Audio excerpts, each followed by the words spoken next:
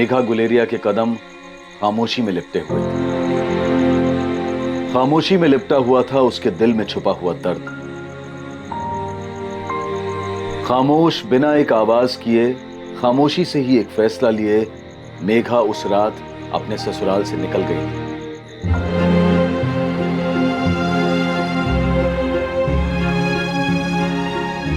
और अपने 4 साल के बेटे जगत को पीछे छोड़ गई थी। उसने जाते जाते एक आखिरी बार अपनी ननद कंचन गुलेरिया, ससुर रणछोड़ गुलेरिया और सास पार्वती गुलेरिया को देखा।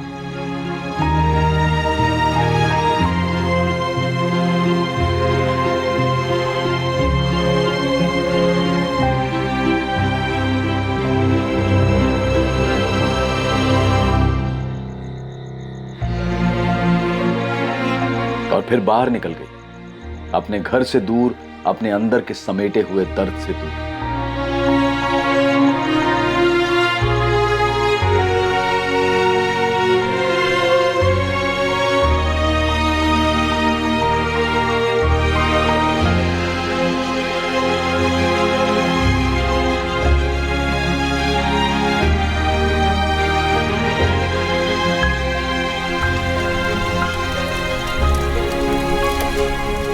लेकिन उस रात उसका उठाया ये एक कदम आगे कई जिंदगियां तबाह करने वाला था।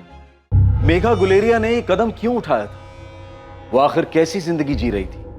उसके साथ ऐसा क्या हुआ था जिसकी वजह से उसने अपनी ही जान लेने के बारे में सोचा? क्या उस रात मेघा गुलेरिया ने आत्महत्या करने के अपने फैसले को अंजाम दे दिया था? इस रात से पहले दिन के उजाले में आखिर मेघा गुलेरिया के साथ ऐसा क्या हुआ था कि वो इस तरह का कठोर कदम उठाने जा रही थी? जगत, जगत रुक, दूध पी ले बेटा। क्या कर रहा है बेटा? बहुत सारा काम है, ऐसा मत कर। छोड़, ये सब छोड़। नहीं, पहले दूध पी ले, बहुत काम है। दूध पी ले, बहुत सारा काम है, पी ले बेटा। नहीं बेटा, मेघा आई मासा। कितनी देर हो गई? ले, मैंने सब्जी काट दी है। ये सब काम तुझे करना चाहिए ना। जा जल्दी से खाना बना और भजन के बापू को खेत में दे आ।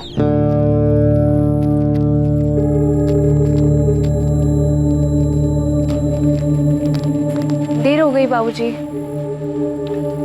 चल आगे से जल्दी आना। सुन, रुक जरा। अरे कुछ खाकर जा। हाँ बेट। बाबूजी वो घर पे बहुत काम है, मैं घर पे खा लूंगी। कैसी है मेघा? मैं ठीक हूँ जेठ जी। बापू कह रहे हैं बैठने के लिए, तो बैठना। नहीं वो घर पे काम है, मुझे निकलना होगा।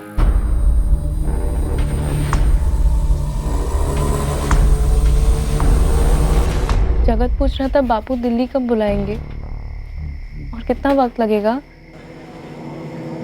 हम दोनों को यहाँ पे नहीं रहना है। बस थोड़े दिन रुक जा मेघा, 2 पैसे इकट्ठा कर लेने दे। उसके बाद मैं तुझे और जगत को बुला लूंगा अपने पास। तुझे तो पता है मैं खुद तेरे भाई और उसकी पत्नी के साथ रहता हूँ। बहुत छोटा सा कमरा है। वहाँ अपना कमरा कब तक हो जाएगा? थोड़ा टाइम तो लगेगा, आसान नहीं है।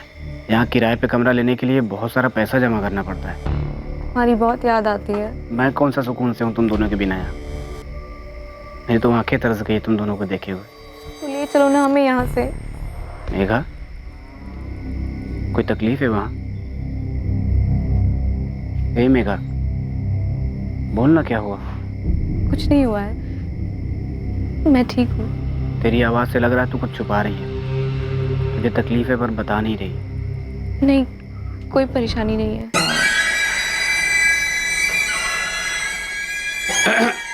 जगत। दादा ये देखो, ये ड्राइंग मैंने बनाई है। कितना सुंदर है ना मेघा?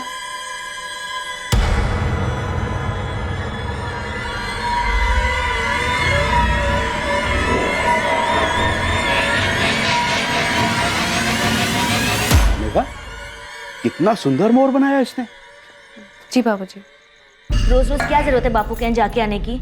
मेरे माँ बापू का घर है, वो हालचाल पूछने के लिए तो जाऊंगा ना। इसी बहाने मेघा के बड़े हालचाल पूछे जा रहे हैं। मेरे छोटे भाई की बीवी है, वो अकेली है बेचारी। दिल्ली जाते वक्त भजन कहकर गया था सबका ख्याल रखना, तू भी जाया कर। रोज नहीं तो 2-4 दिन में एक बार खोज खबर ले आया कर। बापू ये देखो जोधपुर में सर्कस लगा है, हम भी चलेंगे ना? हाँ, और जगत को भी साथ ले जाएंगे। जगत को ही साथ ले जाना, मेघा को नहीं। क्या अनाप शनाप बात कर रही है तू लता? तू आज इतनी चुप क्यों है मेघा? तू कुछ बोल क्यों नहीं रही? क्या बोलूँ माँ, बोलने को कुछ है ही नहीं। माँ हूं मैं तेरी, फोन पर भी तेरी आवाज से पहचान सकती हूँ। कुछ हुआ है क्या वहाँ? क्या हुआ है बेटा? तू कुछ बोल क्यों नहीं रही है? ससुराल वाले परेशान कर रहे हैं क्या? वो पार्वती बहन और रणछोड़ भाई साहब ने कुछ उल्टा सीधा तो नहीं बोल दिया तुझे? नहीं माँ, ऐसी कोई बात नहीं है। साफ साफ बता बेटा, दहेज मांग रहे हैं क्या वो लोग? मैं तेरी माँ भी हूं और तेरा बापू भी हूं, बता मुझे, दहेज मांग रहे हैं क्या वो लोग?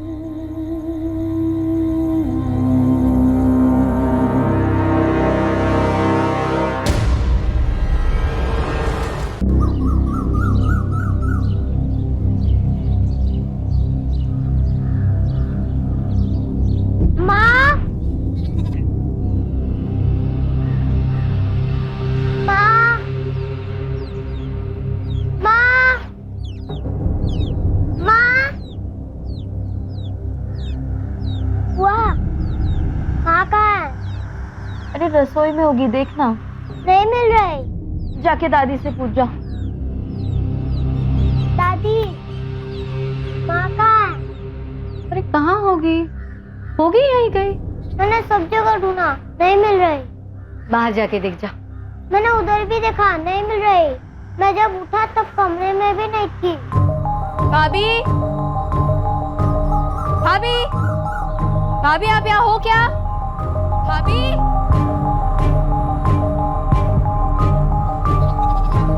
ए धनीराम, हमारी बहू मेघा को देखा क्या? नहीं रणछोड़ भाई साहब, हमने तो नहीं देखा। नहीं बापू, यहाँ तो नहीं आई। बापूजी वहीं कहीं होगी, यहाँ क्यों आएगी? सुबह उठे तो दरवाजा खुला हुआ था, सब जगह देखा, घर में, आंगन में, अगल बगल में, कहीं नहीं मिली। से किसे चली गई? तू मुझे क्या देख रही है? मुझे कैसे पता होगा वो कहाँ गई है? एक काम करते हैं, चल चलकर उसको ढूंढते हैं। बावली हो गई काका, क्या हुआ रे? दिखी क्या मेघा? वो आपके खेत पर आग लगा ली खुद को। क्या क्या कह रहा है तू? मिट्टी का तेल डालकर पूरी तरह से चल गई वो।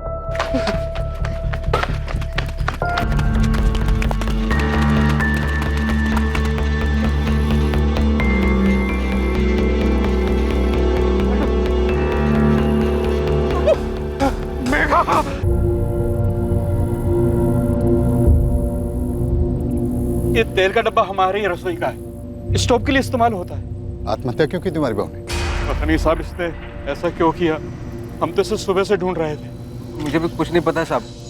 मैं इसका जेठ हूँ, पर मैं मेरे बीवी और बच्चे के साथ अलग घर में रहता हूँ। वो रात में तेल का डब्बा लेकर घर से निकल गई और किसी को कुछ पता ही नहीं चला? कोई आवाज नहीं हुई क्या? कोई आवाज नहीं सुनी, मेरी बेटी ने कोई आवाज नहीं सुनी, इसकी सास ने कोई आवाज नहीं सुनी, इसका बेटा वो तो इसके पास ही सोता है साहब, उसने भी कोई आवाज नहीं सुनी।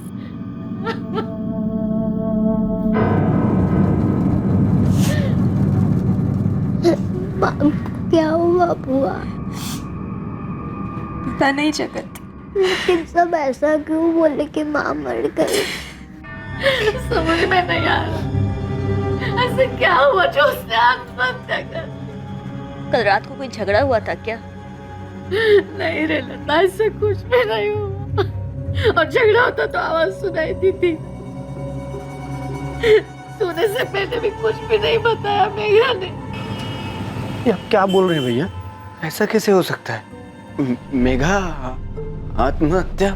मुझे भी कुछ समझ नहीं आ रहा भजन। तेरी तो रोज बात होती थी ना उसके साथ, तू फोन करता था उसने तुझे कुछ कहा था? आप क्या पूछ रहे हैं भैया? मुझे कुछ समझ में नहीं आ रहा है। यहाँ किसी को अंदाजा नहीं है भजन, मेघा ने अपने आप को आग क्यों लगाई है?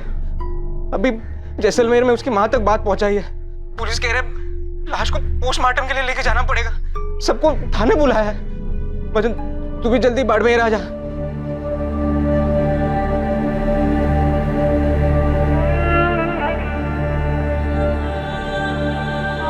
भैया मेरे जीजा जी को देखा क्या? हाँ भजन जी, जीजा जी, जीजा जी, आपसे कुछ कहा था क्या उसने? मेघा के परिवार के साथ उसका भाई गुंजन भी इस सवाल का जवाब ढूंढ रहा था कि आखिर मेघा ने आत्महत्या क्यों की। मेघा की खबर मिलते ही उसकी मां गायत्री चौहान तुरंत जैसलमेर से बाड़मेर के लिए निकली, जहां मेघा की लाश का पोस्टमार्टम किया जा रहा था। मेघा गुलेरिया ने आत्महत्या क्यों की थी, इस सवाल के साथ एक और अहम सवाल खड़ा हो गया था कि क्या मेघा ने वाकई आत्महत्या की थी? मेघा गुलेरिया ने आखिर आत्महत्या क्यों की थी? उसने एक कठोर कदम क्यों उठाया? या फिर यह एक हत्या थी जिसे किसी ने बखूबी आत्महत्या का रंग देने की कोशिश की? मेरी बेटी को मारा गया है, मेघा आत्महत्या नहीं कर सकती। उसके सास ससुर और वो जेठ, उसका भूपेन, उन्होंने उसे मार डाला और अब मिलकर ये सब नाटक रचा रहे हैं। गायत्री जी, हम रिपोर्ट लिख रहे हैं और सबसे सवाल किए जाएंगे। क्या मेघा के ससुराल वाले उसे दहेज के लिए परेशान करते थे? मेरी बच्ची भीतर ही भीतर सारे दुख दर्द दबा कर बैठी थी, कुछ बोलती नहीं थी, पर उसकी खामोशी में महसूस कर पाई और समझ गई थी कि उसे उसके ससुराल वाले परेशान कर रहे थे। दहेज वहेज की कोई बात नहीं है साहब। मेघा से कभी हमने एक ढेला तक नहीं मांगा। से ब्याह करके आई, हमने कभी भी कुछ भी नहीं मांगा। पता नहीं ये दहेज की बात कहां से आई। आप लोगों ने कुछ नहीं किया तो ऐसे ही बिना वजह आपकी बहू घनी रात में अपना बच्चा छोड़कर घर से मिट्टी का तेल लेकर निकल गई, खुद को जला। साहब, हमने उससे कभी कुछ नहीं मांगा, अब उसने ऐसा क्यों किया हमें नहीं पता। अगर दहेज नहीं मांगा तो क्यों जला लिया उसने खुद, या फिर मारा गया उसे? मेघा की माँ ने कंचन माँ और बापू का नाम लिया भजन, बोल रही है ये सब दहेज मांग रहे थे। तुझे सामने आकर बोलना पड़ेगा भजन। तू बता, क्या माँ और बापू मेघा से दहेज मांगेंगे? आप बताइए। अगर कुछ हुआ नहीं तो मेघा ने ऐसा क्यों किया? उसने हमें बिना बताए कदम उठाया भजन। तू बोल, तुझसे कुछ कहा था उसने? मेघा, कोई तकलीफ है वहाँ? तेरी आवाज से लग रहा है तू कुछ छुपा रही है। कोई परेशानी नहीं है, सब ठीक है, बस हमें जल्दी वहां पे बुला लो।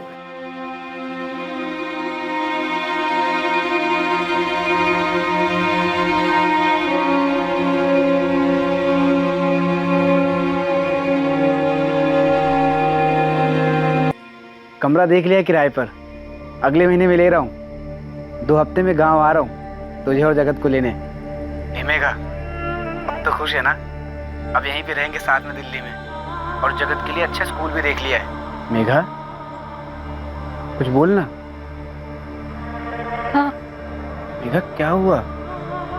हफ्ते भर से देख रहा हूँ तेरी आवाज कुछ अजीब सी लग रही है मुझे। कुछ हुआ है क्या? कुछ नहीं हुआ है, सब ठीक है।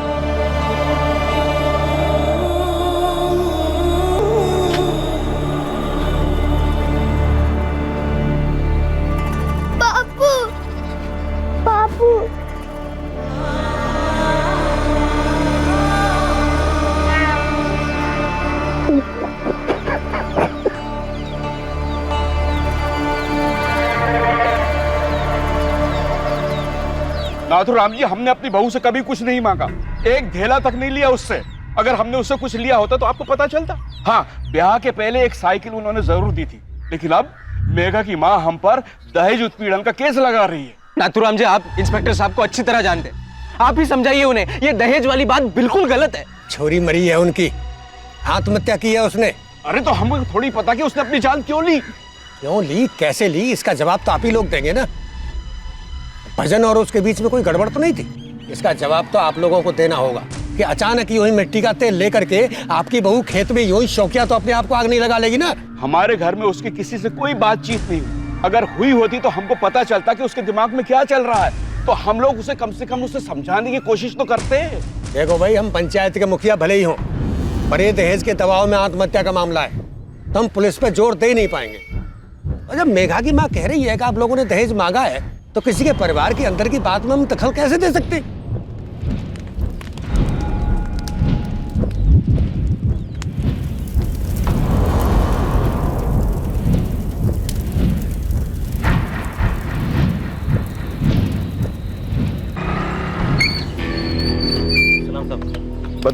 पता चला मेघा ने सुसाइड क्यों किया था? वो बात तो पता नहीं, लेकिन एक बात पक्का है कि इस गुलेरिया खानदान में कुछ तो बातें हैं जो अंदर ही अंदर पक रही। मतलब? मतलब साहब भजन काफी टाइम से शहर से बाहर काम करता था। ऐसे में उसकी जवान बीवी घर पे अकेली रहती थी। शायद उस पे कई लोगों का नजर रहा, गांव वालों की और साथ में शायद घर वालों के भी। भजन के गैर मौजूदगी में मेघा का जेठ भूपेन ही उसको उसकी माँ के गाँव ले जाया करता था। और तो और साहब, भूपेन अपने बेटे राकेश के साथ जगत को भी मेला दिखाने ले जाया करता था। साथ में मेघा भी होती थी। देख सोनू, साफ साफ बता तेरा इशारा किस तरफ है? घर के अंदर ही कुछ चल रहा था? ये भूपेन ने कुछ किया? साहब वही तो बात है, कोई भी साफ साफ कुछ नहीं जानता। यहाँ तक कि भजन को भी इसके बारे में कुछ नहीं पता। मैं तो कहता हूँ साहब, इन सब को उठा के धुलाई कीजिए, सब के सब सच बता देंगे। मेघा गुलेरिया के ससुर रणछोड़ गुलेरिया, सास पार्वती गुलेरिया और ननद कंचन गुलेरिया पर दहेज मांगने और उसे आत्महत्या करने के लिए उकसाने की धाराएं लगाई गई। आप अच्छी तरह जानते हो जीजा जी कि आपके परिवार वालों ने मेरी बहन को मजबूर किया कि वो खुद की जान ले ले। पिछले 1 महीने से मुझे लग रहा था कि कोई बात है जो जिसकी वजह से वो बहुत दुखी है, और वो खुलकर बता नहीं पा रही है। बाप की मर्जी है जीजा जी, आपको अपने परिवार वालों का साथ देना तो आप दो, लेकिन हम चुप नहीं बैठेंगे। हम लोगों ने अपनी मेघा खोई है और उसके गुनाहगारों को हम छोड़ेंगे नहीं। लोगों ने हत्या की है दामाद जी, और आप उन हत्यारों का साथ दे रहे हैं। अपनी पत्नी, मेरी बेटी मेघा के साथ अन्याय कर रहे हैं आप। आत्महत्या क्यों की उसने, ये बताओ भजन। फोन पे चुप्पी साध के बैठी थी, कुछ बता नहीं रही थी। ये सब कविताएं मत सुनाओ। मैं सच कह रहा हूँ साहब, मुझे कुछ नहीं पता। मैंने कई बार पूछा मेघा से कि क्या बात है मेघा बता, लेकिन उसकी खामोशी नहीं टूटी। लेकिन उससे बात करते वक्त मुझे एहसास होता था कि वो तकलीफ में तो थी। उसकी माँ ने अपने बयान में कहा है कि उसे पता चल गया था कि उसकी ससुराल में दहेज मांगा जा रहा है। तुमने कितने मांगे थे भजन? कोई दहेज नहीं मांगा साहब, कैसी बात कर रहे हैं आप? मैं तो मेघा से प्यार करता था, और बहुत प्यार। मैं उसे दिल्ली भी ले जाने वाला था, कमरा भी देख लिया था। मैंने उसको बोला था मैं 2 हफ्ते में आऊंगा उससे लेने, लेकिन देखो, 1 महीने से मेघा गुलेरिया अपने पति भजन गुलेरिया से फोन पे बात करते वक्त तकलीफ में थी। भजन गुलेरिया ने यह बयान दिया है, उसे सब पता था। लेकिन भजन गुलेरिया एक बार भी दिल्ली से वापस अपने गांव आकर अपनी पत्नी के आमने सामने बैठकर ये नहीं पूछता कि उसकी तकलीफ क्या है। मेघा के पति भजन को यह कभी समझ में नहीं आया कि आखिर उसकी पत्नी ने उसे अपनी तकलीफ के बारे में क्यों नहीं बताया।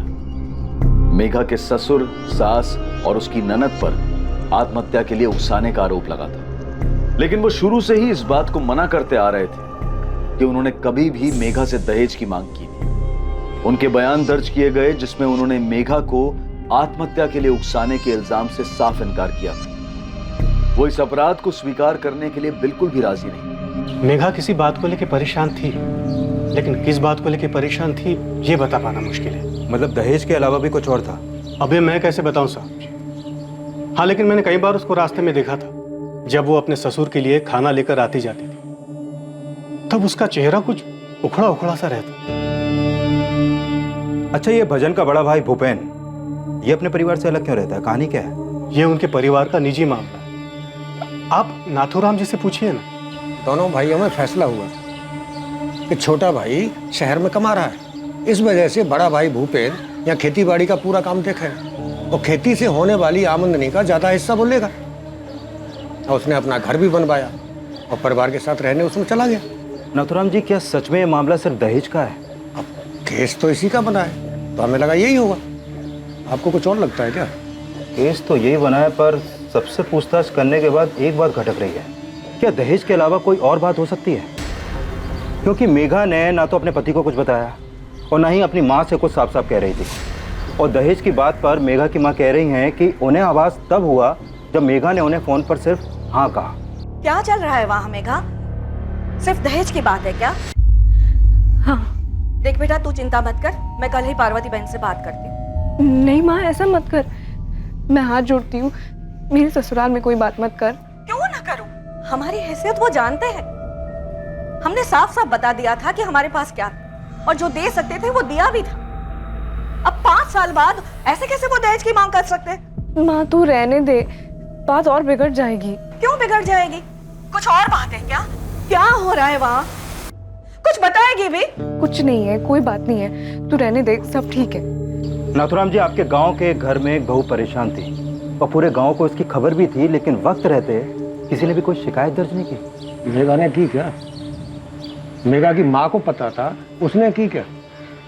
साहब हम बहुत दुखी हैं कि गांव में बहू के साथ ऐसा कुछ हो। भजन बहुत मेहनती है। ठीक है, अब विक्रम जी जी, आप भूपेन के साथ थोड़ी सख्ती कीजिए ना। क्यों? वो कुछ जानता है? इसीलिए तो कहा है सख्ती कीजिए। अलग रहता है लेकिन है तो एक ही परिवार का। आप सख्ती करेंगे तो शायद कुछ निकल के आ जाए। दहेज की मांग के अलावा क्या कोई और बात भी थी जिसकी वजह से मेघा गुलेरिया परेशान थी? और क्या यह बात कभी सामने आ पाएगी? क्या इस बात का ताल्लुक मेघा के जेठ भूपेंद्र गुलेरिया से था? माँ, भजन भैया ने भी हमारा साथ नहीं दिया।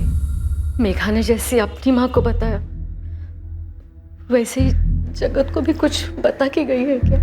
मुझे नहीं मालूम, मैंने जगत से बार बार पूछा पर वो कुछ कह नहीं रहा था।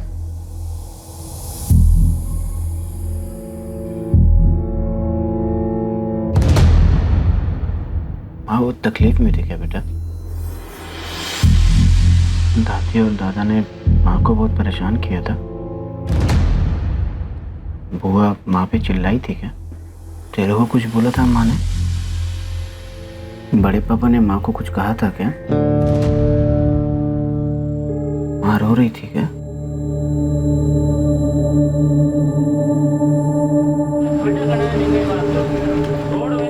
कई बार जब मेघा को अपने मैके जाना होता था, मैं खुद उसे यहाँ बाड़मेर से जैसलमेर छोड़ कर आता था। हम अलग रहते थे साहब, मगर घर के किसी भी परिवार के बीच किसी के लिए भी दिल में कोई दरार नहीं थी। मैं जैसे अपने बेटे राकेश को कहीं घुमाने ले जाता या मेले में लेके जाता था, तो उसके साथ जगत को भी ले जाता था साहब। और क्या क्या करते थे आप? क्या मतलब है साहब आपका?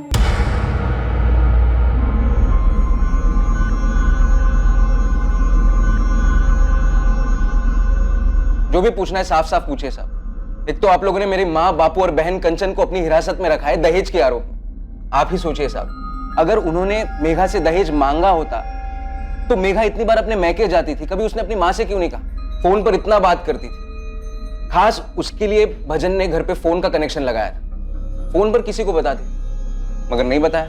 मैं नहीं जानता साहब आपको ये सब किसने बताया। अच्छी भली खुश थी मेघा हमारे घर में, सब उसका ख्याल रखते थे, जगत से भी सब लाड करते थे साहब। इतना ही प्यार था तो सुसाइड क्यों किया उसने? मैं नहीं जानता साहब, और ये भी नहीं जानता कि उसने आत्महत्या क्यों की। होगी उसकी कोई तकलीफ जो किसी को बताना नहीं चाहती, मगर अब हम क्या करें साहब? मेरा पूरा परिवार जेल में सड़ रहा है, बेल नहीं हो पा रही है। अगर शादी के 7 साल में लड़की के साथ दहेज के लिए कुछ होता है तो आरोपी लंबे वक्त के लिए अंदर जाते हैं। मेघा की शादी को अभी 7 साल पूरे नहीं हुए। भूल जाओ, तुम्हारे माँ, बापू, बहन बाहर आएगी। मेघा ने पता नहीं क्या कह दिया उसे फोन पर, ऐसा केस बना दिया कि किसी को बेल नहीं मिल पा रही। ऊपर से तू ये बयान देकर आया कि मेघा तकलीफ में थी। मेघा तकलीफ में थी भैया। मेरे जब भी उससे बात होती थी तो मुझे एहसास होता था। मगर अब जब वो नहीं रही तो तुझे अपने परिवार के खिलाफ बोलने की क्या जरूरत थी? तो झूठ बोलता क्या? और सच बोलने से जो माँ, बापू और कंचन तकलीफ में आ गए उसका क्या? देख भजन, अब जब मेघा मर चुके हैं तो तुझे अपना मुंह बंद रखना चाहिए था। ये सच और झूठ एक तरफ है, मगर जब परिवार की बात आती है ना तो सिर्फ परिवार मायने रखता है और कुछ नहीं। और मेघा, वो हमारा परिवार नहीं थी क्या? बेवकूफों जैसी बात मत कर। तू तो पहले दिन से उस मेघा के प्यार में अंधा और बावला हो गया था, मगर अब वो मर चुकी है। अभी आंखें खोल। देख, मैं कुछ नहीं जानता, तू पुलिस में जो भी बयान दे के आया वो रहने दे, मगर अब तू अदालत में ऐसा कुछ नहीं बोलेगा कि मेघा ने तुझसे कहा था कि वो तकलीफ में थी। तेरी बीवी अब मर चुकी है, मगर माँ, बापू और कंचन अभी भी है। अगर उन्हें कुछ भी हुआ ना तो उसका जिम्मेदार तू होगा।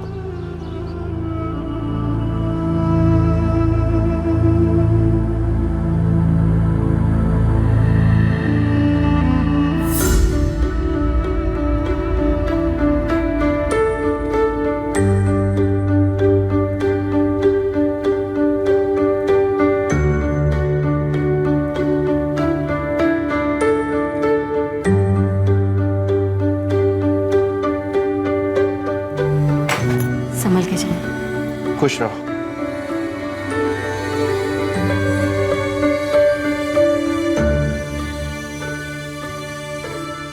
सुनो सुनो,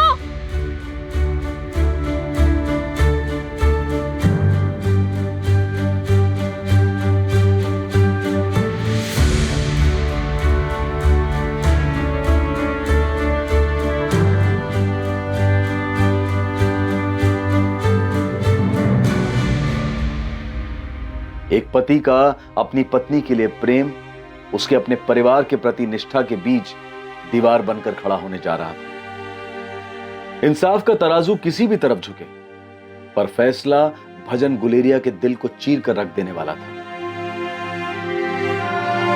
योर ऑनर, यहां पर हर कोई एक ही बात बोल रहा है।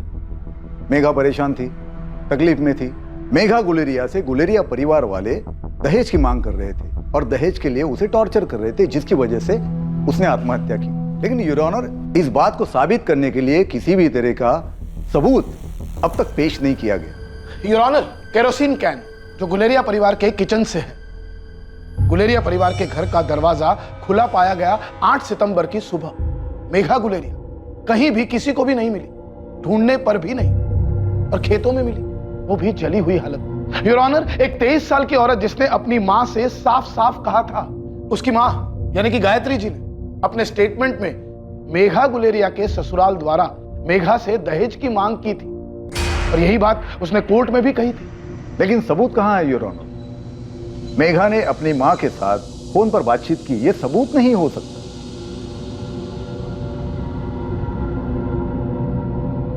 पर उसने सुसाइड किया है, ये बात तो सामने है पुरोहित। क्या इस सुसाइड की कोई और वजह थी?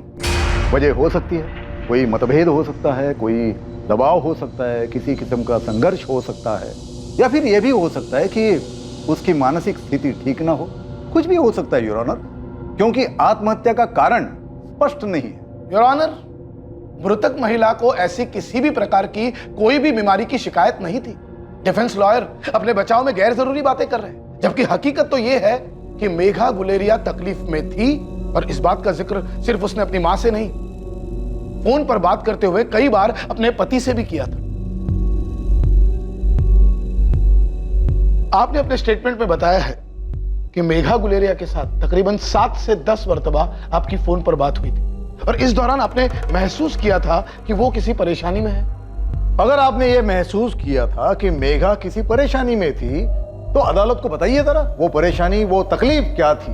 मेरे ख्याल से गवाह को बात करने दी जाए तो अच्छा हो। ये बात सच है कि मैं अपनी पत्नी मेघा से कई बार फोन पे बात किया करता था, और उससे बात करते वक्त मुझे कई बार लगा कि वो तकलीफ में थी।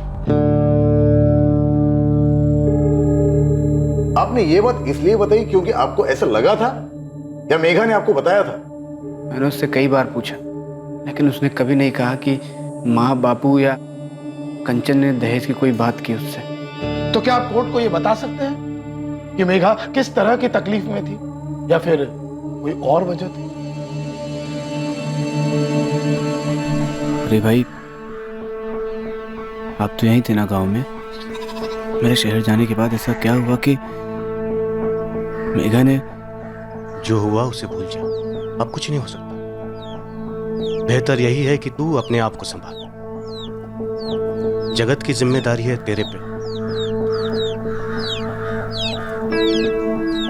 अरे भाई, मेघा ने आत्महत्या कर ली, और पुलिस वाले मेरे घर वालों को जिम्मेदार ठहरा रहे। ऐसे में सच क्या है, झूठ क्या है, जाने बगैर सोचना कैसे छोड़ दूं? आप ही बता दो। मेरे पीठ पीछे मेरे घर वालों ने मेघा के साथ कुछ किया था क्या? मुझे लगता है शायद मेघा तेरे घर में खुश नहीं थी। कोई तो बात थी जो उसे खाए जा रही थी। कौन सी बात थी? अरे भाई, क्या बात थी? मेघा ने कभी आपको बताया या आपने देखा हो? वो शायद शायद क्या? अरे भाई, शायद क्या? शायद उसे तेरे घर वालों की कोई बात बुरी लगी थी। अब किसने क्या किया मुझे ये तो नहीं पता। हाँ, लेकिन वो जल्द से जल्द तेरे पास शहर में आना चाहती थी। उर्मिला काकी, मेघा ने कभी आपसे कोई बात की थी? बात तो अक्सर हो जाती थी भजन, लेकिन उसने कभी कुछ बताया नहीं मुझे। हाँ, उदास उदास सी रहती थी मेघा, लेकिन मैंने भी कभी कुछ पूछा नहीं। और अब जो तेरे घर वालों पे आरोप लगा है, कभी सोचा नहीं था कि तेरे माँ बापू कंचन मेघा के साथ घर के अंदर ऐसे व्यवहार करते होंगे। मुझे भी समझ में नहीं आ रहा है। मेघा ऐसा कुछ करने से पहले एक बार मुझसे बात क्यों नहीं की? लेकिन अब जो दहेज की बात सामने आई है, शायद शायद शायद क्या काकी? भजन, तू अपने घर वालों के साथ खड़ा रह। देख, मेघा तो चली गई, अब वो वापस नहीं आएगी। मैं नहीं जानता कि मेघा ने आत्महत्या क्यों की। योर ऑनर, भजन और गायत्री की गवाही में पिछले महीने भर में मेघा के साथ फोन पर जो बातचीत हुई, उसमें एक ही बात बोली जा रही कि मेघा परेशान थी। लेकिन पोस्टमार्टम रिपोर्ट इस तरफ साफ इशारा कर रही है कि यह आत्महत्या है, क्योंकि बॉडी पर किसी भी तरह के घाव, अन्य कोई भी निशान नहीं पाए गए। योर ऑनर, सबसे पहली बात, पीड़ित की लाश बहुत ही बुरी तरह से जली हुई हालत में पाई गई है। अगर यह हत्या है, ऐसा साबित करने के लिए कोई सबूत ही नहीं है। इसीलिए तो कहा कि अगर यह हत्या है तो लाश इतनी बुरी तरह से जली हुई हालत में मिली है कि किसी भी प्रकार की कोई चोट या कोई निशान इसका पता लग पाना बहुत ही मुश्किल था। योर ऑनर, इस पूरे मामले में दो बातें बहुत अहम है जो अभी तक साबित ही नहीं हुई है। पहली बात, आईपीसी सेक्शन 498A, इस पूरे मामले में दहेज के मांगे जाने का कोई भी सबूत नहीं है। दूसरी बात, आत्महत्या के लिए उकसाने की। इन दोनों बातों को प्रूव करने के लिए कोई भी सबूत अभी तक पेश नहीं किया गया। ये कोई असामान्य बात नहीं।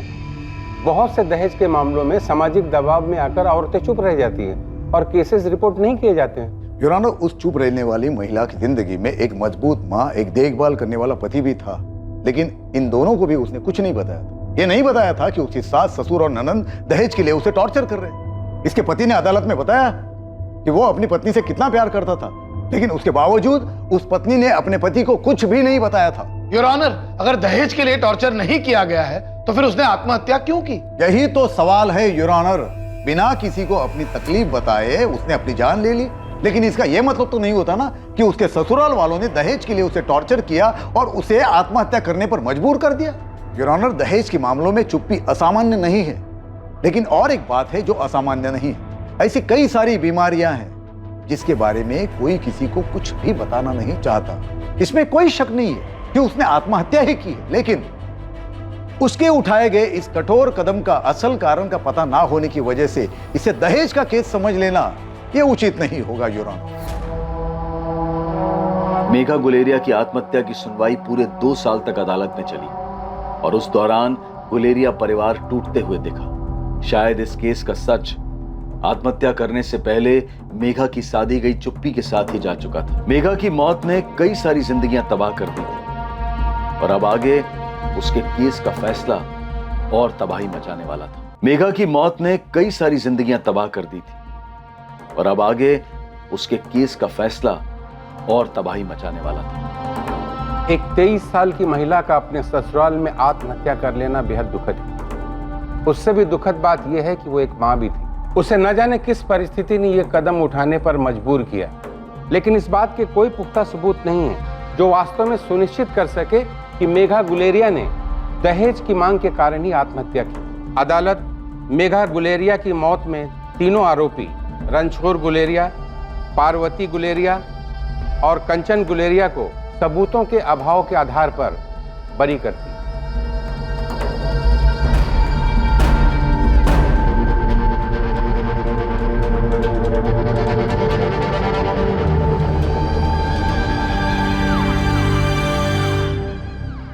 माफ करना माँ जी, मैं मेघा का ठीक से ख्याल नहीं रख पाया। मैं तुम्हें और तुम्हारे परिवार को कभी माफ नहीं करूंगी बचन।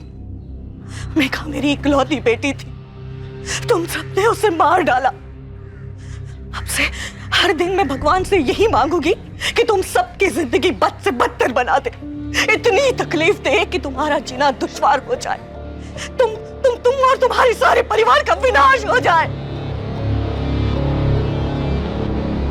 भजन गुलेरिया और उसके परिवार के लिए जिंदगी अब आगे कभी भी आसान नहीं होने वाली। भैया 2 किलो चावल देना। माफ करना लता भाई, पंचायत ने गुलेरिया परिवार का बहिष्कार किया है। कोई भी लेन देन से मना किया है, मैं आपको कुछ भी नहीं दे सकता। माँ, माँ, दुकानदार ने हमें कुछ भी देने से मना कर दिया है। क्यों? पंचायत का फैसला है कि हमारे परिवार को कोई कुछ नहीं देगा। अदालत ने छोड़ दिया है, इसका ये मतलब नहीं है कि तुम लोग बेकसूर हो। मेघा की माँ जैसलमेर में रहती है, अब वहाँ के पंचायत का फरमान हमारे गांव के लोगों पर क्यों लागू कर रहे हैं? तुम लोगों ने उनकी बेटी को तकलीफ दी है, जान से मारा है। हमने नहीं मारा उसे। मैं, माँ, बापू, कंचन, हमने मेघा को कभी कोई तकलीफ नहीं दी और उससे कुछ भी नहीं मांगा कभी। दहेज के अलावा और भी बहुत सारी बातें सुनने में आई हैं। क्या सुना है आपने? कि मेघा के साथ घर के अंदर अभद्र व्यवहार हुआ। ये क्या बकवास कर रहे हैं आप नाथुराम जी? भजन तो कुछ बोलेगा। नाथुराम जी, जो कुछ भी हुआ उसका हमें बहुत दुख है। मेघा के जाने का गम सबसे ज्यादा मुझे, और ये गम जिंदगी भर सताएगा मुझे। गलती मेरी है, कसूरवार मैं हूँ। उसको छोड़ के मुझे शहर जाना ही नहीं चाहिए था। मुझे उसके साथ रहना चाहिए था यहीं गांव में। पंचायत ने भजन और भूपेन की विनती को मान लिया और उनके बहिष्कार करने के फैसले को वापस ले लिया। लेकिन अब भी इस परिवार की जिंदगी में कुछ और ज्यादा तबाही आनी बाकी थी।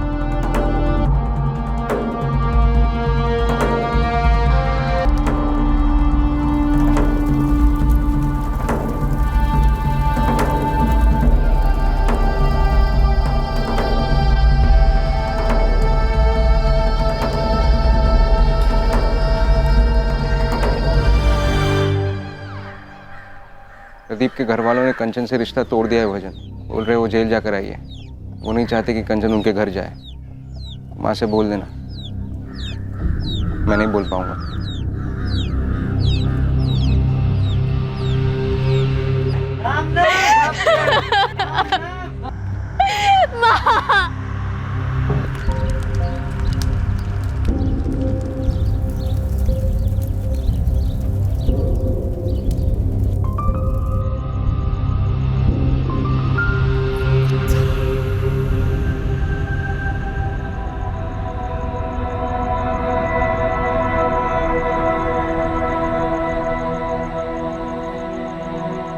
बहुत याद आती है बापू। मुझे भी याद आती है। माँ ने ऐसा क्यों किया बापू? मैं रात को उसको पकड़ के सोया था।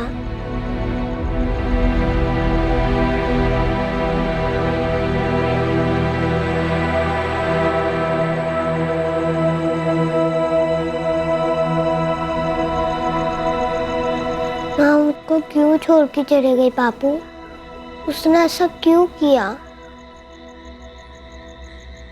उसने ये कठोर कदम क्यों उठाया?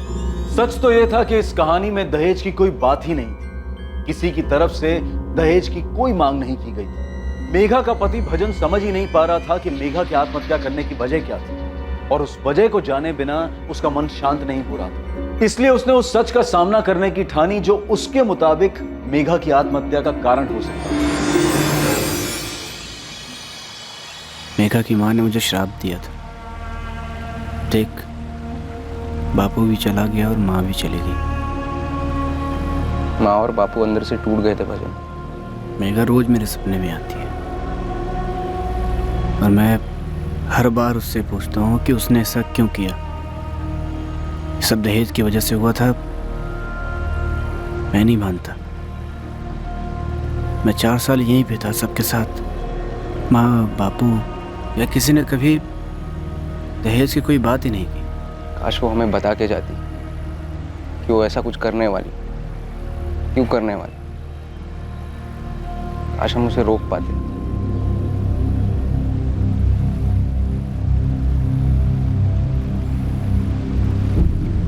एक बात पूछूं भैया? मैं जानता हूँ भजन, कंचन की शादी करनी है। मैं लड़का ढूंढ रहा हूँ, मगर तू भी जानता है आसान नहीं है। मगर अभी भी तेरे लिए लड़की ढूंढना मुश्किल नहीं है भजन। तेरे ऊपर कोई आरोप नहीं। तू दूसरी शादी कर ले। जगत बड़ा हो रहा है, उसे भी माँ की जरूरत है। मैं मेघा को कभी भूल नहीं पाऊंगा भूपेन। और हाँ, मैं आपसे भी कुछ पूछना चाहता हूँ। पूरा गांव मुझसे पूछना चाहता है। सब बातें भी करते हैं, बस कभी कोई मुंह पे नहीं कहता। लता ने भी कई बार आड़े टेढ़े तरीके से पूछने की कोशिश की। नहीं पूछना चाहता है ना तू कि क्या मैंने या बापू ने कभी भी मेघा के साथ कुछ गलत किया? खामोश थी। मैंने कई बार कोशिश किया लेकिन उसकी खामोशी नहीं टूटी। मुझे कुछ बताने से ज्यादा खुद को आग लगाना आसान लगा।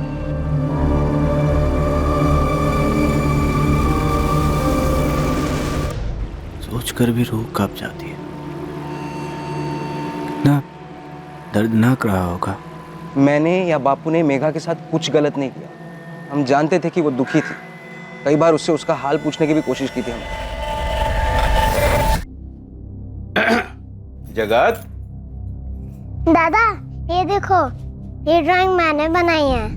कितना सुंदर है ना मेघा? मेघा बेटा इधर। देख रहा हूँ आजकल तू कुछ उदास से रहती है। नहीं बाबूजी, ऐसी कोई बात नहीं है। बेटे माँ के घर जाना चाहती तो जा हो आ, कुछ दिन वही रह लेना। नहीं बाबूजी, मैं ठीक हूँ। नहीं बेटा ठीक तो नहीं है।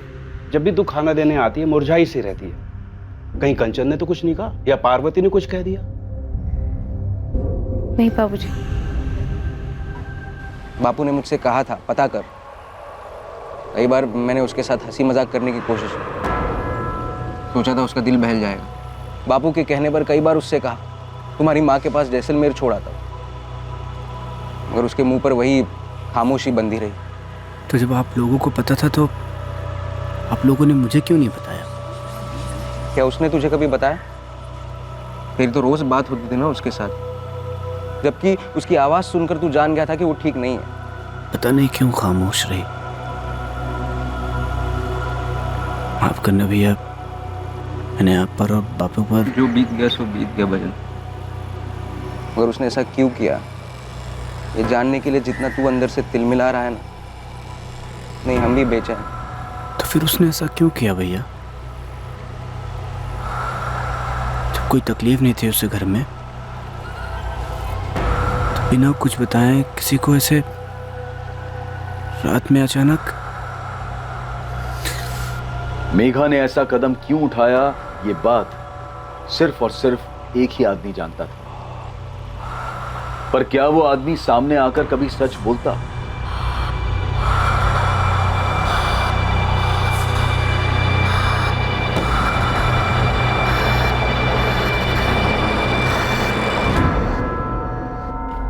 मुबारक हो कमल, लड़का हुआ है। चंदा कैसी है? माँ और बच्चा दोनों एकदम स्वस्थ हैं। मुझे तो लगता है पूरा तुझ पे ही गया है कमल।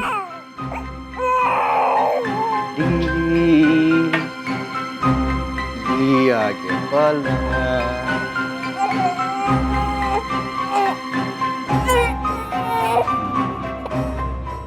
सूरज नाम कैसा रहेगा इसके लिए? बहुत अच्छा नाम है। तू चंदा और ये सूरज। शायद हम कभी न जान पाए कि तेरी माँ ने ऐसा क्यों किया, पर हमें तो जीना है ना। तेरी माँ तुझसे और मुझसे बहुत प्यार करती थी और उसने जो कुछ भी हमें सिखाया है उसी के सहारे आगे की जिंदगी काटनी है। हमें खुश रहने की कोशिश करनी है। भजन ने तो जिद बांध लिया लगा, दोबारा शादी नहीं करेगा। मगर जगत को एक माँ की जरूरत है, तथा जगत भी अपने ही घर का बच्चा है। राकेश और जगत हमारे लिए हमेशा बराबर होने चाहिए। हो सके तो जगत को भी अपना बेटा मानकर एक माँ का प्यार देने की कोशिश करना। सुनो, मुझे माफ कर दो, मैं हमेशा आप पे शक करती थी। सभी ने किया था लता, कुछ लोग तो आज भी करते हैं। मगर ये सब भूल जाओ, मेरे दिल में किसी के लिए कोई मलाल नहीं है। बस किसी दिन मेघा के उठाए इस कदम की वजह पता चल जाए तो अच्छा होगा। भूपेन गुलेरिया ने पहले अपने भाई और अब अपनी पत्नी से जो कहा था, क्या वही सच था? क्या मेघा गुलेरिया ने कदम सिर्फ इसलिए उठाया था ताकि वो सारी प्रताड़ना से दूर अपनी खुशियां ढूंढ सके, या फिर इसके पीछे कोई और ही वजह थी? मेघा के इस कदम को उठाने के पीछे की वजह को ढूंढना आसान नहीं था, और वहीं दूसरी तरफ एक गांव में एक 12 साल का लड़का इस बात का जवाब तलाश रहा था कि उसकी मां अचानक कहां गायब हो गई थी।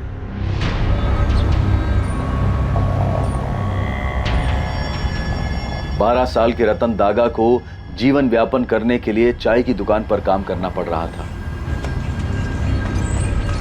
पर हर दिन बिना भूले जब भी उसे काम से और स्कूल से फुर्सत मिलती, वो कविपुर गांव के आसपास जाकर लोगों से पूछता कि क्या किसी ने उसकी मां को देखा था।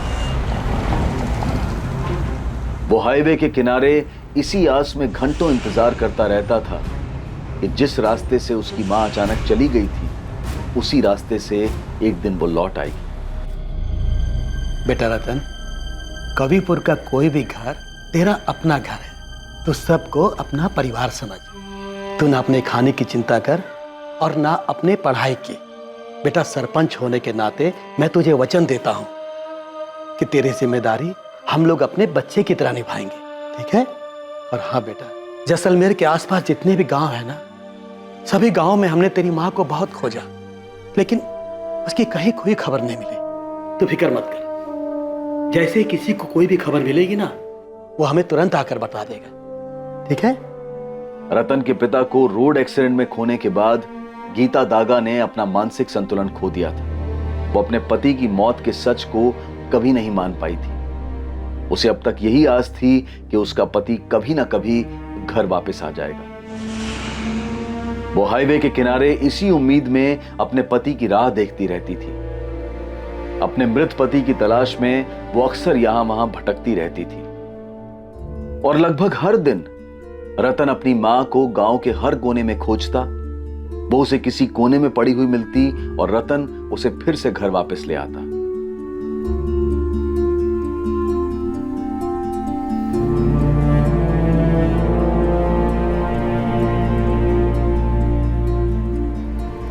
लेकिन साल 2003 में एक दिन रतन ने पूरा गांव छान मारा, पर उसे उसकी मां कहीं नहीं मिली। पर उसने ये उम्मीद कभी नहीं छोड़ी थी कि कभी ना कभी उसकी मां को घर का रास्ता याद आ जाएगा, या फिर एक दिन वो खुद अपनी मां को ढूंढ लेगा और उसे घर वापस ले आएगा। लेकिन रतन अपनी मां का पता नहीं लगा पाया। कहीं ना कहीं रतन दागा की तकलीफ और भजन गुलेरिया और उसके बेटे जगत गुलेरिया की तकलीफ के तार जुड़े हुए थे, और साथ ही जुड़ी थी मेघा गुलेरिया की कहानी कि आखिर उसने क्या और क्यों किया था। और यह कहानी तब शुरू हुई थी जब भजन गुलेरिया अपनी पत्नी मेघा को जानता भी नहीं था।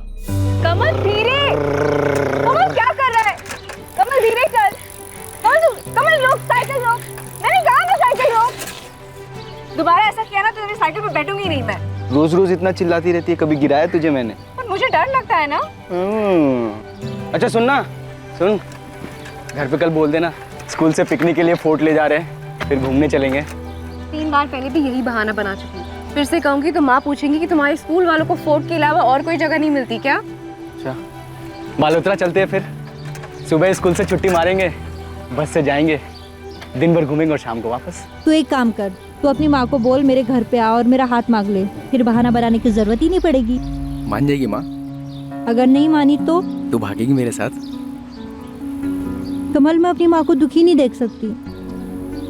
तू पहले बात तो कर, उनको मेरे घर भेज तो सही, फिर देखेंगे ना, बात होगी। फिर अगर माँ ने मना किया तो तब का तब देख लेंगे। ठीक है माँ। हाँ, ये लड़का है, भजन नाम। मेघा देख जरा, रिश्ता है तेरे लिए। देखने में तो थोड़ा अच्छा लगे। माँ, परिवार भी बहुत अच्छा है, बरमेर में जमीन है इनकी। लड़का 22 साल का है। हमारे चरण भाई साहब ने रिश्ता बताया है। मैंने मेघा का फोटो भिजवा दिया उनके हाथ। माँ, लड़के का फोटो देखते ही मैंने चरण भाई साहब को बोल दिया कि लड़का हमें बहुत पसंद है। अब अगर वो मेघा को देखना चाहते हैं तो अगले इतवार को घर आ जाए। मेघा देख जरा, लड़का कैसा लगा? अच्छा है ना? सबसे पूछ लिया मैंने, किसी को नहीं पता कमल कहाँ गया है। उसकी माँ से पूछा क्या? अरे उनसे भी पूछा, लेकिन उनको भी नहीं पता वो कहाँ गया है। देवा बता ना, वो किसी काम वाम के लिए गया है? कोई फोन नंबर दिया है क्या तुझे? नहीं रे, होता तो बताता नहीं क्या।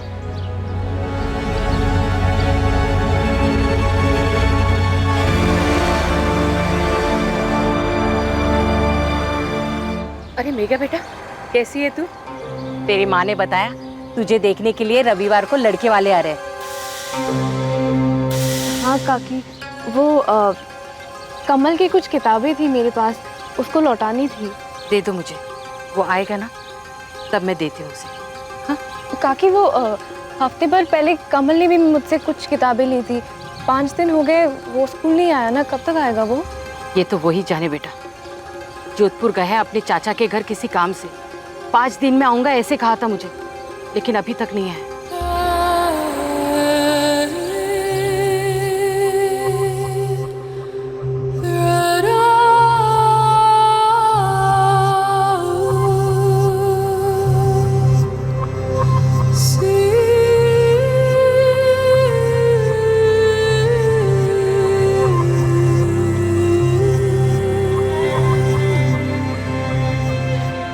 मेघा को पहली नजर देखते ही भजन गुलेरिया को उससे प्यार हो गया, लेकिन मेघा किसी से नहीं कह सकती थी कि वो किसी और से प्यार करती है। भजन गुलेरिया के साथ शादी तय हो जाने के बाद भी मेघा ने कमल का बड़ी बेसब्री से इंतजार किया, पर कमल का कोई अता पता नहीं था।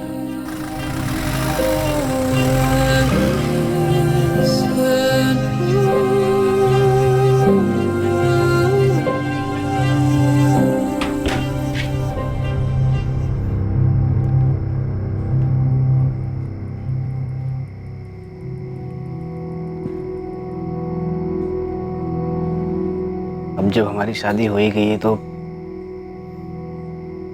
तुमको एक सच बताता हूँ। असल में मैं तो शादी ही नहीं करना चाहता था,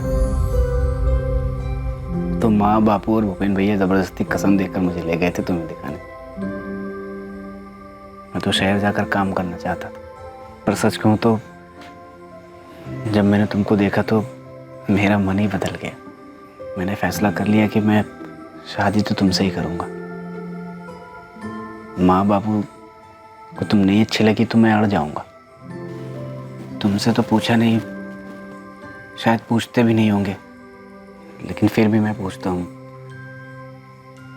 क्या मैं तुमको पसंद आया?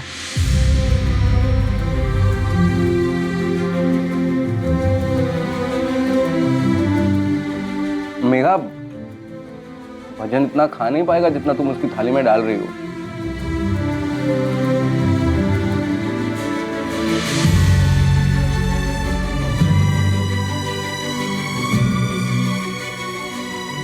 मेघा चौहान अब मेघा गुलेरिया बन चुकी थी। उसने ना सिर्फ इस शादी को स्वीकार कर लिया था, बल्कि वो इस शादी से खुश भी थी।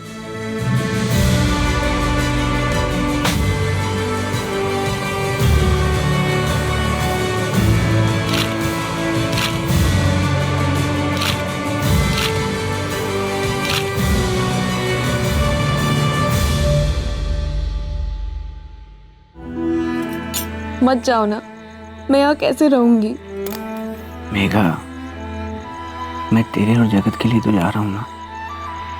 वहाँ पे अच्छा काम करूँगा, 4 पैसे कमाऊंगा। यहाँ पे जितना है उसमें खुश है, मत जाओ ना। दिल्ली बड़ा शहर है, करने को बहुत सारा काम है, और काम दिलाने में तेरा भाई गुंजन भी तो मदद कर रहा है ना।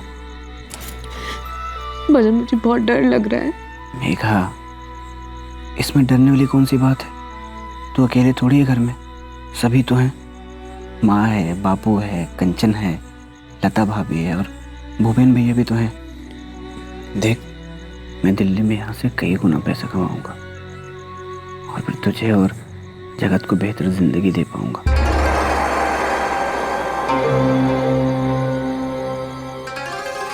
भजन बस यही सोच सकता था कि उसके दिल्ली जाने की वजह से मेघा दुखी थी। मेघा किसी भी हालत में उसे सच नहीं बता सकती थी कि उसके दिमाग में क्या चल रहा है, आखिर वो किस दुविधा से गुजर रही थी। सूरज, जवाब क्यों नहीं दे रहा? तूने दूध पी लिया? पहले दूध पी, चल खत्म कर सब। मम्मी देखो, उसमें मक्खी है। नाटक मत करो, थप्पड़ मारूंगी। खत्म करो। क्यों पिलाते हो मम्मी? इतना गंदा होता है। कि तेरे सेहत के लिए अच्छा है। अब पूरा खत्म कर। मम्मी पापा कब आएंगे? पता नहीं, पूछ के बताऊंगी। पापा हर बार बाहर जाते हैं, टूर पे जाते हैं, और कोई टाइम नहीं होता कि कब वापस आएंगे। अगली बार टीचर बुलाएंगे और आप दोनों को आना है। ठीक है, चलो अभी। वैसे पापा काम क्या करते हैं? बताया ना तुझे तेरे पापा सेल्स में है। पापा ऑफिस में काम क्यों नहीं करते? बाकी सबके पापा ऑफिस जाते हैं, दुकान जाते हैं, हर शाम को लौटते हैं। पापा की तरह हमेशा बाहर नहीं रहते। चुप कर, हर वक्त बकवास करता रहता है। अब चल, तेरी बस निकल जाएगी। उनको बोल देना। क्या हुआ चंदा, इतना चिल्ला क्यों रही है? तो और क्या करूँ, तू बता। कमल, सूरज बड़ा हो रहा है, तेरे बारे में सवाल करता रहता है कि तू कहाँ है, तू घर क्यों नहीं आता। उसके सारे दोस्त के पापा घर वापस आते हैं। दिन भर तुझे याद करके वो अपने दोस्त के पापा के बारे में बात करता रहता है। चंदा तो समझाओ उसको, मैं काम में फंसा हुआ हूँ। बस 2 दिन की बात है, मैं आ जाऊंगा वापस। कमल, मैं सूरज की परवरिश अकेली नहीं कर सकती। हम दोनों को यहाँ पे तेरी जरूरत है। चंदा, मैंने एक बार कहा ना, मैं आ जाऊंगा वापस, काम में फंसा हुआ हूँ। तुझे क्या लग रहा है मैं तुम दोनों को छोड़ के भाग जाऊंगा? तुम दोनों के बिना जी सकता हूँ क्या मैं?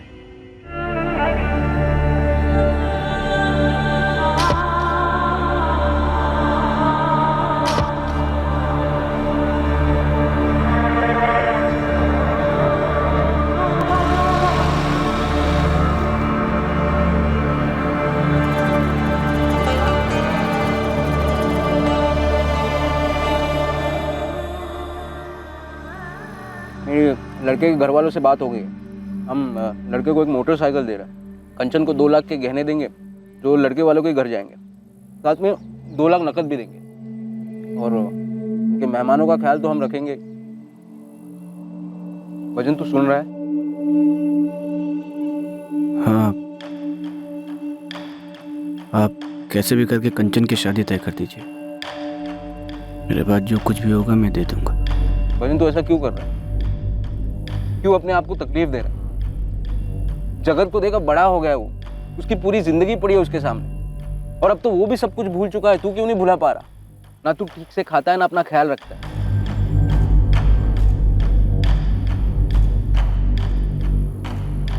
मैं काम करने जा रहा हूँ।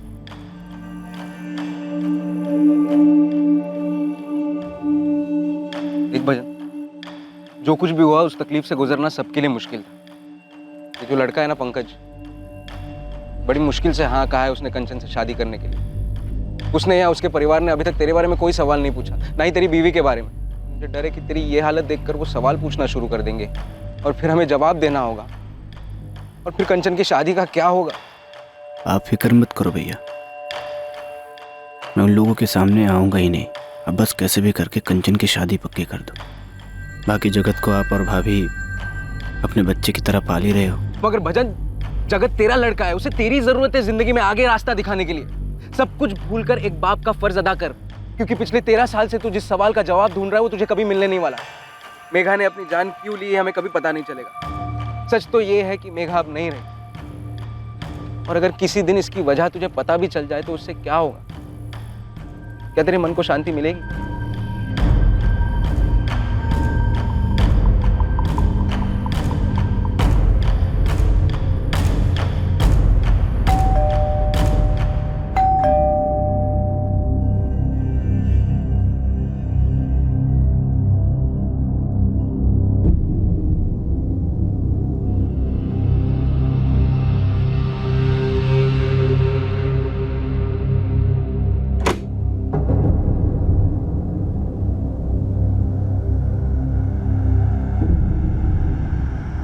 ये पकड़, अपने लिए अच्छी साड़ियाँ ले लेना और सूरज के लिए भी अच्छे कपड़े, और तेरे लिए नया मोबाइल लाया हूँ।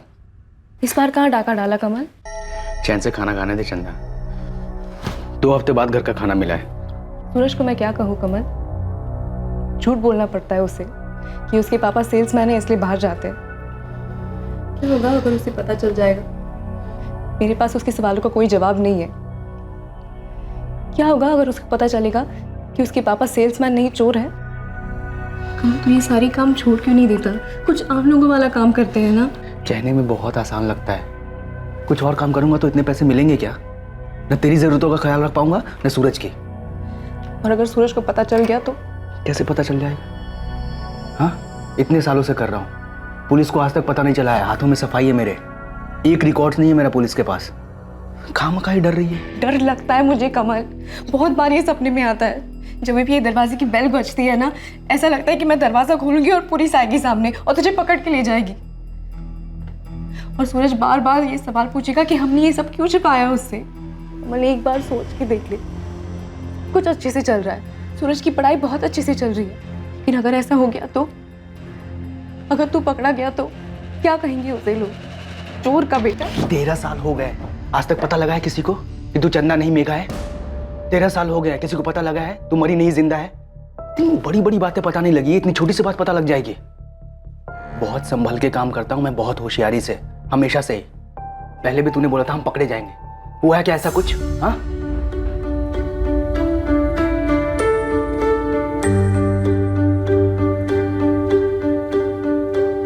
अरे जी तेरे, आप भी रुक जाते दामाद जी। अरे नहीं, बहुत काम है। तो आपने कहा मेघा और जगत को छोड़ दूं इसलिए ले आएंगे। अब मेघा आई है यहाँ तो कम से कम 2 हफ्ता रुकने दो उसे। हाँ ठीक है। अच्छा मैं चलता हूँ, बस का टाइम हो रहा है। बस ठीक है।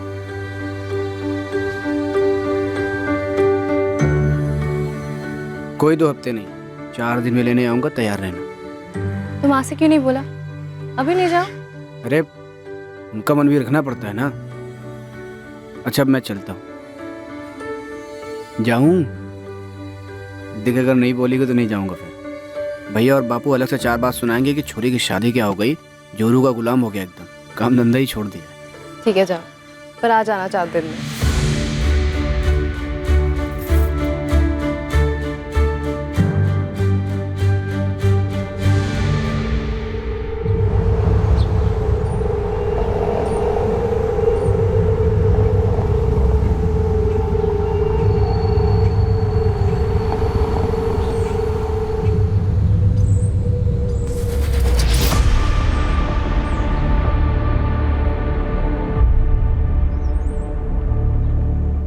कैसी है तू?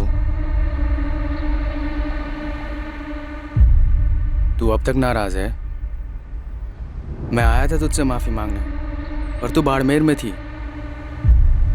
मेरी हिम्मत नहीं हुई वहां आने की। मैं जब भी गांव आता हूँ तेरा ही इंतजार करता हूँ कि तू कभी तो गांव आएगी। अब क्यों आया है कमल? जो हो चुका है वो हो चुका है। सब मेरी गलती है, मुझे पता ही नहीं था तेरे साथ क्या चल रहा है। मैंने वापस आने में देर कर दी। देर नहीं, तुमने बहुत देर कर दी। सब खत्म हो चुका है, मैं अपनी जिंदगी में नई शुरुआत कर चुकी हूँ। वो गांव के बाहर का घर याद है ना तुझे? कल इंतजार करूंगा मैं तेरा वहां। जो तू मुझे भूल चुकी है तो मत आना, नहीं तो बस आकर माफ कर देना मुझे।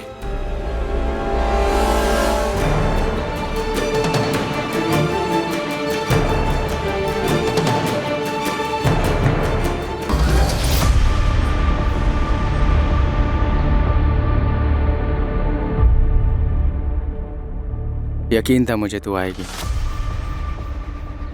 नहीं कमल, मैं किसी और की पत्नी हूँ, माँ हूँ मैं एक बच्चे की। मेघा मुझे पता होता तेरे साथ क्या चल रहा है तो मैं उस समय ही तुझे भगा के ले जाता। पर अब इस सब का क्या फायदा कमल?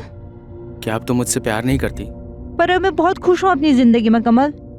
पति है मेरा जो मुझसे बहुत प्यार करता है। तुझे भुला पाना बहुत मुश्किल था मेरे लिए, पर मैं आगे बढ़ चुकी हूँ कमल। पर मैं अब भी वहीं खड़ा हूँ, कभी भूल ही नहीं पाया तुझे। जब मैं तुझसे मिलने आया ना तब तेरी शादी हो गई थी। पर अब इस सब का क्या फायदा कमल? मेरा एक अलग परिवार है। जा, मैं तुझे माफ कर देती हूँ कि तू नहीं आ पाया, मान लिया कि तू फंस गया कहीं पे। पर अब मैं खुश हूँ कमल, और पुराना कुछ भी याद नहीं करना चाहती। मैं बस यहाँ पे इसलिए आई थी क्योंकि शादी के बाद तुझसे बात नहीं हो पाई। पर अब दोबारा नहीं आऊंगी और तुझसे कभी नहीं मिलूंगी। बस इतना बता दे, तू मेरा प्यार भूल चुकी है या अब भी प्यार करती है मुझसे?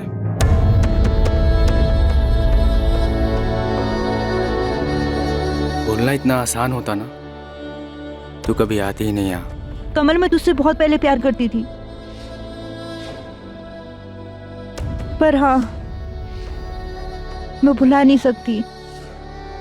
तू वो पहला इंसान है जिससे मैंने प्यार किया था। वो पहला इंसान जिसे तूने किस किया था, जिसके साथ तू रहना चाहती थी, जिसके साथ अपनी पूरी जिंदगी बिताना चाहती थी। किस्मत हमारे साथ नहीं थी, जब तुझे मेरी जरूरत थी मैं था ही नहीं। पर क्या उस गलती की वजह से हम दोनों एक दूसरे को हमेशा कोसते रहेंगे, एक दूसरे से अलग हो जाएंगे? क्या उस गलती की सजा मुझे जिंदगी भर मिलनी चाहिए? मैं नहीं बदला हूँ मेघा, मैं वही कमल हूँ जो तुझसे बहुत प्यार करता है।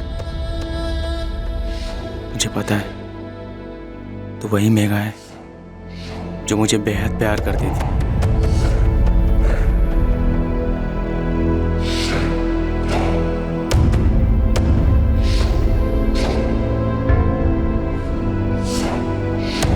मेघा, हमारी मंजिल पहले भी एक थी, आज भी एक है और हमेशा ही एक रहेगी।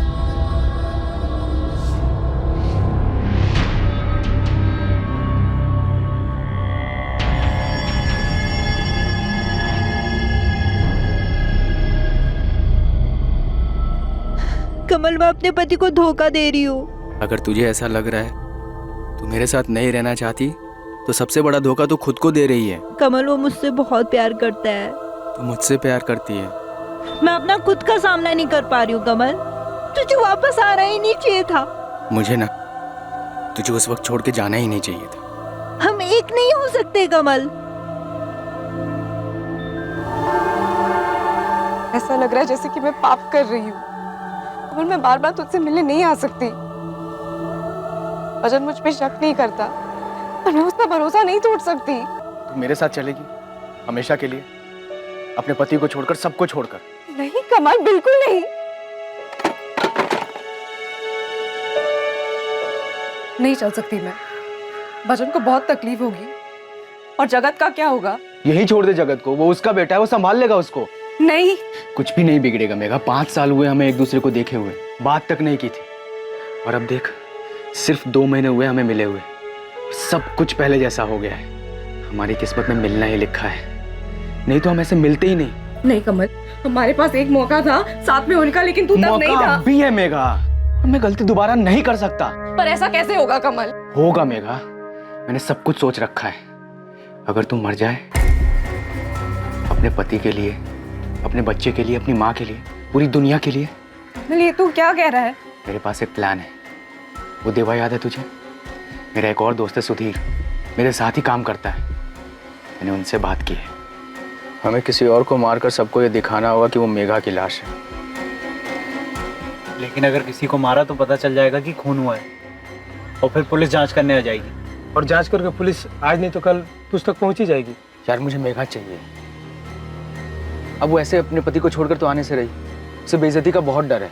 हाँ, अगर ये साबित हो जाए कि वो मर चुकी है तो मैं उसको मना लूंगा। तो फिर कुछ सोचते हैं। इसके लिए हमें उसकी जैसी एक औरत को ढूंढना पड़ेगा।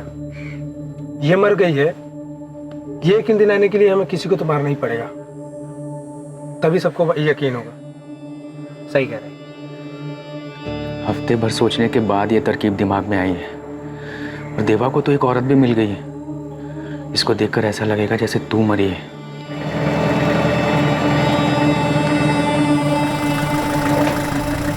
वो देख, उसका दिमागी संतुलन ठीक नहीं है। यहाँ वहाँ इधर उधर, सड़क, हाईवे, पूरे गांव भर में घूमती रहती है अपने मरे हुए पति की तलाश में। बेचारी जिंदगी से बहुत परेशान है।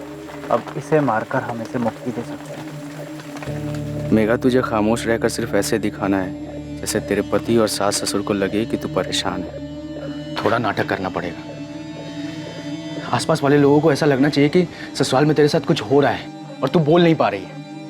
ऐसा जैसे ससुराल वाले तेरे ऊपर दहेज को लेकर के जुल्म कर रहे हैं, तुझे मानसिक तौर पर परेशान कर रहे हैं। और थोड़ा ऐसा भी लगना चाहिए कि ससुर और जेठ तेरे साथ कुछ गलत कर रहे हैं। जब भी तेरी माँ का फोन है ना, तो तू ऐसे बात कर जैसे तू परेशान है और अपने सास ससुर से खुश नहीं है। भजन दिल्ली जा रहा है गुंजन भैया के साथ काम करने के लिए, ताकि मुझे और जगत को एक अच्छी जिंदगी दे पाए। और मैं यहाँ। फिर तो ये और भी अच्छा मौका है। हम ऐसा दिखाएंगे जैसे तूने आत्महत्या की है। तुझे पता है, देवा मुझे बता रहा था अगर 7 साल के अंदर लड़की के साथ दहेज को लेकर कुछ हो जाए ना, तो ससुराल वाले लंबे समय के लिए अंदर जाते हैं। पर कमल, उन लोगों ने मेरे साथ कुछ बुरा नहीं किया है। तो मैंने कौन सा बुरा किया है मेघा, जो मैं तेरे बगैर जिंदगी बिताने की सजा काटूं? देख मेघा, हमें एक मौका मिला है, हम ये मौका गवा नहीं सकते।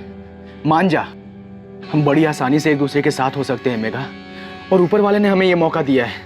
ये सब सोचकर ये मौका बर्बाद मत कर।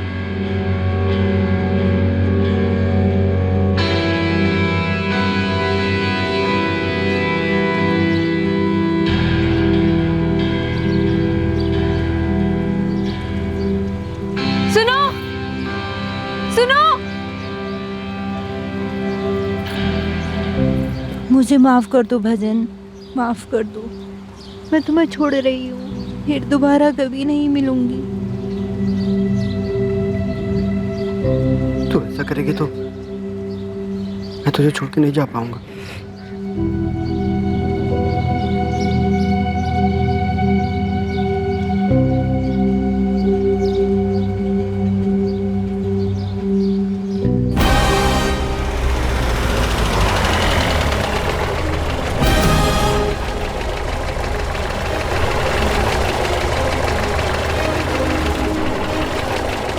मेरे पति को देखा क्या तूने? हाँ मैंने देखा ना। कहाँ देखा है? अरे उधर है, चल चल अच्छा, चल मुझे ले चल चलेगा? बताता हूँ। हाँ, आजा। जल्दी चल चल।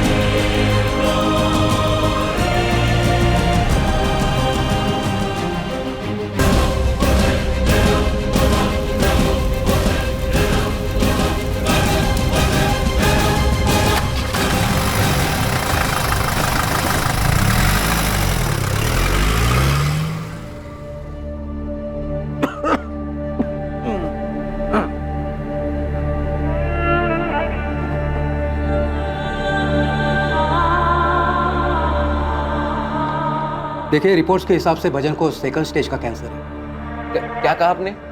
Second stage cancer? क्या मतलब है इसका? सेकंड स्टेज कैंसर मतलब आप लोग बस इतना समझिए कि भजन की हालत ठीक नहीं है, उसे तुरंत सिविल हॉस्पिटल ले जाइए। मैं एक नोट लिख के देता हूँ, वो आप डॉक्टर को दे देना। पापा ठीक तो हो जाएंगे ना डॉक्टर? देखिए, उन्हें इलाज की तुरंत ज़रूरत है। पहले ही काफ़ी देर हो चुकी है, आगे जाकर देर मत कीजिए। 15 सालों से भजन अंदर ही अंदर मर रहा था, या ये कहें कि वो खुद को मार रहा था। इस सवाल के जवाब में कि मेघा ने अपनी जान क्यों ली। 15 वर्षों के लंबे इंतजार के बाद भी रतन दागा को कोई अंदाजा नहीं था कि उसकी मां गीता दागा कहां चली गई थी और उसके साथ क्या हुआ था। क्या भजन गुलेरिया और उसके बेटे जगत गुलेरिया को कभी मेघा की सच्चाई के बारे में पता चल पाएगा? क्या रतन दागा को कभी उसकी मां के लापता होने की हकीकत का पता चल पाएगा? किस्मत के कारण यह अपराध एक लंबे समय तक सामने नहीं आ पाया था, लेकिन इसका खामियाजा कई जिंदगियों को चुकाना पड़ा था। लेकिन 2018 में किस्मत एक बार फिर पलटने वाली थी और 15 साल पहले हुआ जुर्म अब सबके सामने आने वाला था।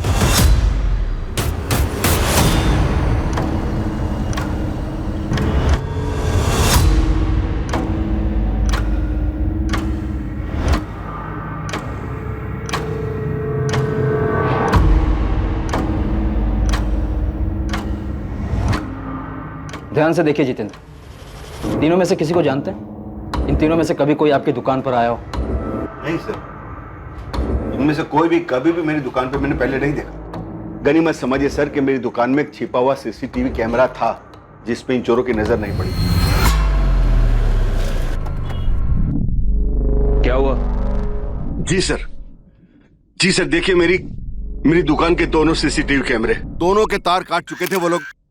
और तो और सर, वो जो सीसीटीवी के साथ रिकॉर्डिंग मशीन आती है ना, वो भी चुरा के चोर अपने साथ ले गए। मतलब आपकी दुकान का अच्छी तरह से मुआयना किया गया। हो सकता है कि आपकी दुकान का कोई वर्कर भी इसमें शामिल हो। नहीं सर, मुझे ऐसा नहीं लगता, क्योंकि सर यहाँ पे देखिए, यहाँ एक और छुपा हुआ सीसीटीवी जिसमें सेल्फ रिकॉर्डिंग हुआ है सर। इस रिकॉर्डिंग में तीनों चोर के चेहरे साफ साफ नजर आते हैं। चोरों को तो नहीं पता था कि यहाँ छिपा हुआ सीसीटीवी है, लेकिन मेरे सारे वर्कर्स जानते थे। और अगर सर मेरे वर्कर्स मिले हुए होते तो ये सीसीटीवी भी गायब हो जाना चाहिए था ना। सर, इन तीनों की फोटो जोधपुर के सभी पुलिस स्टेशन में सर्कुलेट कर दी है, लेकिन कहीं से कोई लीड नहीं मिल रही। कोई नहीं पहचानता इन तीनों को। ऐसे कैसे हो सकता है? फिर से भेजना, पूरे राजस्थान राज्य में भेजना। इतनी सफाई से चोरी की है उन लोगों ने, नए बंदे तो नहीं लगे। कहीं ना कहीं कोई केस तो जरूर होगा उनका, और अगर बाहर की भी गैंग हुई तो भी पता चल जाएगा। ठीक है सर। पूरे राजस्थान के किसी भी थाने में तीनों में से किसी एक की भी हिस्ट्री नहीं है? नहीं सर, किसी के बारे में कुछ पता नहीं चला है। अब सर समझ नहीं आ रहा कि चोर बाहर के स्टेट से आया था क्या। वैसे मैंने उनकी डिटेल्स दिल्ली और एमपी में भी भेज दी है। आसपास के दुकान से भी कोई फुटेज नहीं मिला। वैसे सर इस तरह की चोरी के केस पहले भी सामने आ चुके हैं। सीसीटीवी वायर को काटा गया, डीवीआर मशीन को लेकर चले गए, लेकिन सर वहाँ कहीं भी कोई छुपा हुआ सीसीटीवी कैमरा नहीं था। इसी वजह से चोरों की फुटेज सामने नहीं आई। फिर तो पक्का कोई मजा हुआ गैंग है जो काफी सफाई से अपने काम को अंजाम दे रहा है। पहली बार सामने आया। कैसे भी हो इन्हें पकड़ना है। कई सालों की चोरी का हिसाब मिलेगा इनसे। अंदर आओ साहब। उस्मान आजा आजा। कोई टिप मिला क्या? साहब हाँ भी और नहीं भी। मतलब मुझे और ना मेरे बंदों को इन तीनों की कोई हिस्ट्री का पता ही नहीं चला, लेकिन इनमें से एक बंदा है, इसका पता चला है। इसका नाम है कमल राजपूत। अपना एयरपोर्ट रोड साइड इसका घर है। मैंने डबल चेक किया साहब, ये बंदा कमल राजपूत ही है। घर में बीवी रहती है जिसका नाम है चंदा राजपूत। छोटा बच्चा है सूरज। बाकी इसका अगला पिछला सब पता कर रहा हूँ मैं।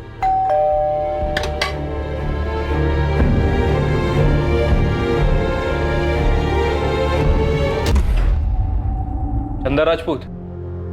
डर लगता है कमल, बार बार सपने में आता है। जब भी ये दरवाजे की बेल बजती है ना, ऐसा लगता है कि मैं दरवाजा खोलूंगी और पुलिस आएगी सामने और तुझे पकड़ के ले जाएगी। चंदा राजपूत जी। ये तुम्हारा पति कमल राजपूत है? वो बाहर है सर। कहाँ बाहर गया है? और ये फोटो में जो दो लोग हैं वो कौन है तुम्हारे पति के साथ? मुझे नहीं पता। नहीं पता? तुम्हारे पति ने इस बार ज्वेलरी शॉप में डाका डाला है। इसके पहले और कहाँ कहाँ डाका डाला उसने? सर मैं आपको बता रही हूँ ना, मुझे कुछ नहीं पता, मैं सच कह रही हूँ। सर वो घर के अंदर नहीं छुपा है। ठीक है, तुम हमारे साथ पुलिस स्टेशन चलो। तुम चलोगी, पीछे पीछे तुम्हारा पति भी आ जाएगा। नहीं नहीं सर, मैं नहीं जानती कि वो कहाँ है, क्या काम करता है। सर मेरा बेटा स्कूल से आने वाला है, मुझे घर पे रहना होगा। क्या उम्र है तुम्हारे बेटे सूरज की? सर वो 13 साल का है। हमारा एक कांस्टेबल तुम्हारे पड़ोसी के साथ यहाँ पे रहेगा, और जैसे ही तुम्हारा बेटा सूरज आ जाएगा उसे लेकर थाने आ जाएगा। तुम चलो। नहीं नहीं सर, मेहरबानी करके ऐसा मत कीजिए। आप चाहे तो अपना एक कांस्टेबल यहाँ पे रख दीजिए ना। जैसे ही मेरा सूरज यहाँ पे आता है ना, मैं आपके थाने आ जाऊंगी। तुम माँ बेटे को पता था कमल चोरी का काम करता है? नहीं सर, हमें नहीं पता था। तुम्हारा पति कमल ये जोधपुर का है? हाँ सर, यही का है। उसका फोन बंद आ रहा है, कहाँ है वो? सर मुझे नहीं पता। सर इनका बेटा सूरज बोल रहा है कि उसके फादर सेल्समैन है, कई दिनों तक घर से बाहर रहते हैं। सेल्समैन? कैसा सेल्समैन? चंदा राजपूत? सर मुझे नहीं पता। चंदा तुम्हें कुछ पता भी है या नहीं? सर मुझे पता है कि वो काम करता है, लेकिन क्या काम करता है, कहाँ काम करता है, मुझे नहीं पता। 13 साल का लड़का है तुम्हारा। 14 साल पहले शादी हुई थी ना? जी सर। सच बोल रही हो? इसमें भी कोई गड़बड़ है? नहीं सर, मैं सच बोल रही हूँ। तुमने बताया तुम्हारा पति कमल यहाँ जोधपुर का है, तुम भी यही की हो? जी सर। जोधपुर में कहाँ की? मायका कहाँ पर है तुम्हारा? और मायके में कौन कौन है? कोई नहीं है। कोई नहीं है? अरे तुम लोग पैदा हुए थे कि आसमान से टपके थे? तुम्हारा कोई नहीं है, तुम्हारे पति का भी कोई नहीं है। उसका फोन बंद आ रहा है, वो क्या काम करता है तुम्हें भी नहीं पता, और तुम्हें तो ये भी नहीं पता कि उसके साथ ये दो आदमी कौन है। हम जानते हैं चंदा राजपूत, तुम्हें सब कुछ पता है। पूरे 26 लाख के गहने चुरा कर भागा है तुम्हारा पति। इसके पहले भी चुराए होंगे। सच सच बताओ। सर मैं सच बता रही हूँ, मुझे कुछ नहीं पता।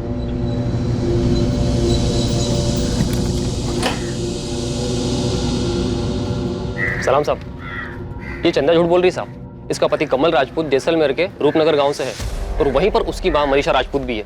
इसकी कहानी में कुछ तो गड़बड़ है साहब। अपना घर छुपाने की क्या जरूरत थी इसे? मुझे लगता है कि इसके पति के बारे में ये बहुत कुछ जानती है और बता नहीं रही।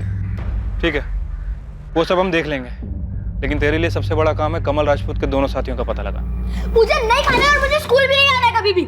मम्मी पहले मुझे ये बताओ, नीचे पुलिस क्यों खड़ी है? पापा ने चोरी की, सब कह रहे हैं। बेटा मुझे नहीं पता, उनका फोन नहीं लग रहा है मुझे। आप झूठ बोल रहे हो। मम्मी सच बोलो, पापा ने चोरी की है, वो चोर है। चुप क्यों, बोलो ना।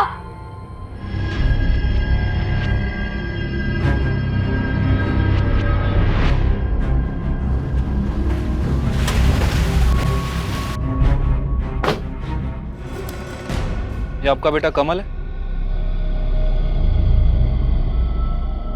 हाँ, ये मेरा बेटा कमल है। इस वक्त कहाँ पर है ये? पता नहीं साहब। ये देखिए, ये दोनों आपके बेटे के साथी हैं। बता सकती हैं कौन है ये दोनों? ये दोनों तो उसके दोस्त लग रहे हैं। देवा और सुधीर नाम है इन दोनों का। लेकिन आप लोग मेरे बेटे को क्यों ढूंढ रहे हैं? चोरी की आपके बेटे ने। 26 लाख रुपए के गहने लेकर गायब हुआ है, और इसके पहले भी कई बार की होगी। देखिए, मुझे कुछ भी नहीं पता। कितने साल हुए मैंने अपने बेटे को देखा तक नहीं। क्या चल क्या रहा है तुम्हारी फैमिली के बीच में? उधर तुम्हारी बहू चंदा कह रही है कि कमल का कोई परिवार ही नहीं है। तुम लोग आपस में बात नहीं करते हो क्या? देखिए, मैं किसी चंदा को नहीं जानती और मुझे ये भी नहीं पता कि कमल ने शादी कर ली है। तब तो आप अपने पोते सूरज को भी नहीं जानती होंगी। कमल को देख के 15 साल हो गए। 15 साल पहले वो गया, आज तक नहीं लौटा। वो ना कोई चिट्ठी भेजी और ना ही कोई फोन किया उसने।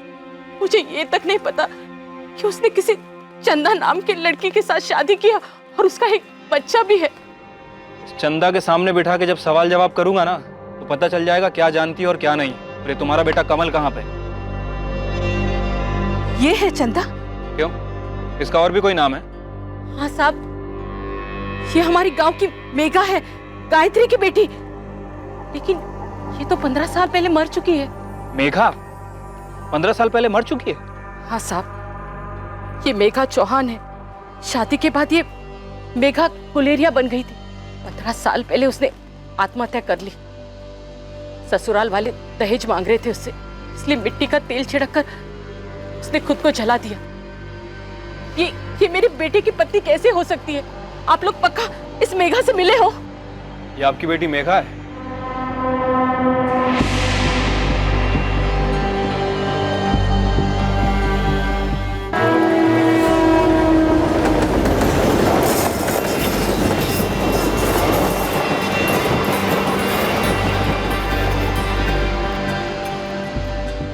मेघा भाभी जिंदा है?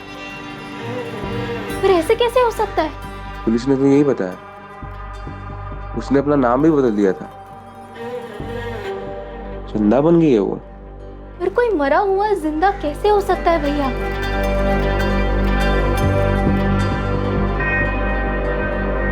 कमल राजपूत और उसके दोनों साथी देवा और सुधीर जैसलमेर में ही छुपे हुए थे, जिन्हें पुलिस ने ढूंढ निकाला।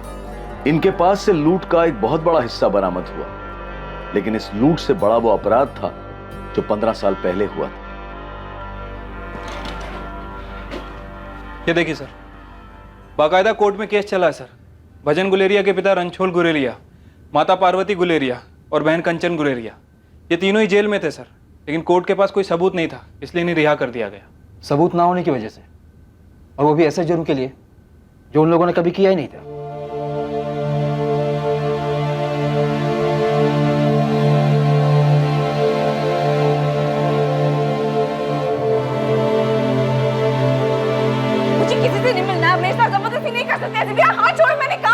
चंदा, मेरी बात सुन। देखो, तुम्हारे पति को कैंसर है। पिछले 15 सालों से वो सिर्फ यही जानने के लिए तड़प रहा है कि तुमने आत्महत्या क्यों की। उसके माँ बाप मर चुके हैं, तुम्हारी माँ भी आई है, एक बार चल के मिल लो। देखिए, मैं अपना जुर्म मान चुकी हूँ। कमल के साथ मिलकर मैंने जो भी किया सब बता चुकी हूँ। अब मुझे उन लोगों में से किसी से नहीं मिलना है। तुम्हें अंदाजा भी है कि कितनी जिंदगियां खराब कर दी हैं तुमने? हाँ, इतने सालों से खामोश बैठी रही, और आज जब मिलने का टाइम आया तो बोल रही किसी से नहीं मिलना, किसी का सामना नहीं करना है। मैंने कहा ना, मुझे किसी से नहीं मिलना है, किसी को नहीं देखना है मुझे।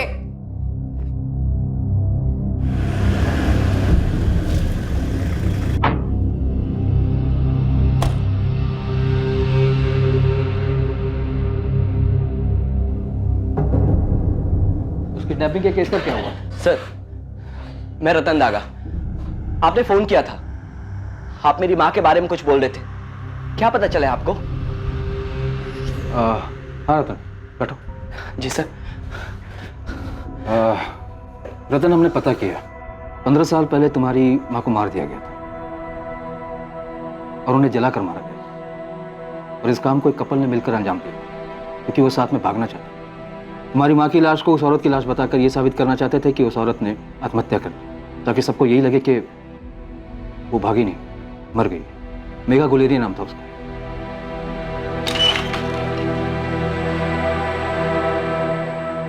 देखिए, वो आप लोगों में से किसी से नहीं मिलना चाहती। उसने अपना गुनाह भी कबूल किया। उसने कबूल किया है कि कमल राजपूत के साथ मिलकर उसने एक मानसिक रूप से बीमार औरत को मारा था, ताकि लोगों को ये लगे कि वो खुद मर गई है। अपना गुनाह तो कबूल कर लिया है, लेकिन आप में से किसी से मिलने की इच्छा नहीं।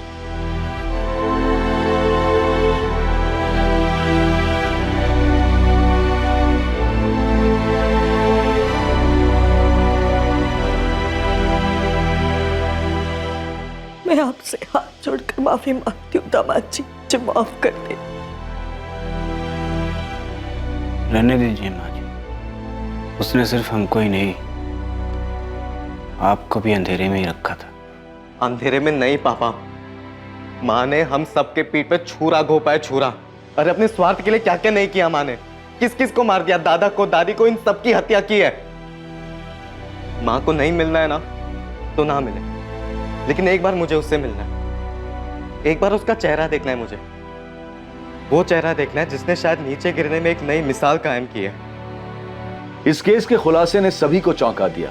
13 साल के सूरज के लिए इस पर भरोसा कर पाना सबसे ज्यादा मुश्किल था। उसे उसकी दादी यानी कि कमल की मां के पास छोड़ दिया गया। कमल राजपूत, देवा, सुधीर और मेघा गुलेरिया पर गीता दागा की हत्या के लिए आईपीसी की धारा 302 के तहत केस दर्ज किया गया है। साथ ही आपराधिक षड्यंत्र रचने के लिए आईपीसी की धारा 120 बी और सबूतों से छेड़छाड़ करने के लिए धारा 201 के चार्जेस भी लगाए गए हैं। अब तो तुझे तेरे 15 साल पुराने सवाल का जवाब मिल गया ना भजन। अब जिंदगी में आगे बढ़, अब तो अपना ध्यान रखना शुरू कर दे। और अब मेघा ने तेरे साथ ऐसा क्यों किया, इस नए सवाल के पीछे मत पड़ जाना।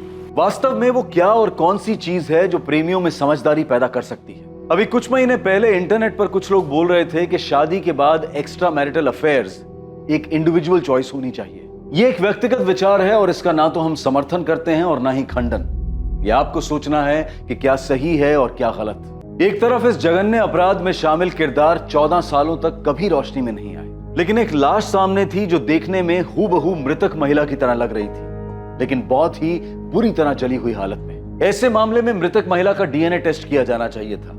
इस बात की पुष्टि की जानी चाहिए थी कि मेघा से मिलती जुलती हुई लाश वाकई में मेघा की ही थी या नहीं। इस तरह का अपराध मायूसी देता है और हर तरफ से खामोशी से तबाही ही लाता है। किसी की लाश पर खुशियों की इमारत कैसे खड़ी हो सकती है। अब मैं अनूप सोनी आपसे विदा लेता हूं।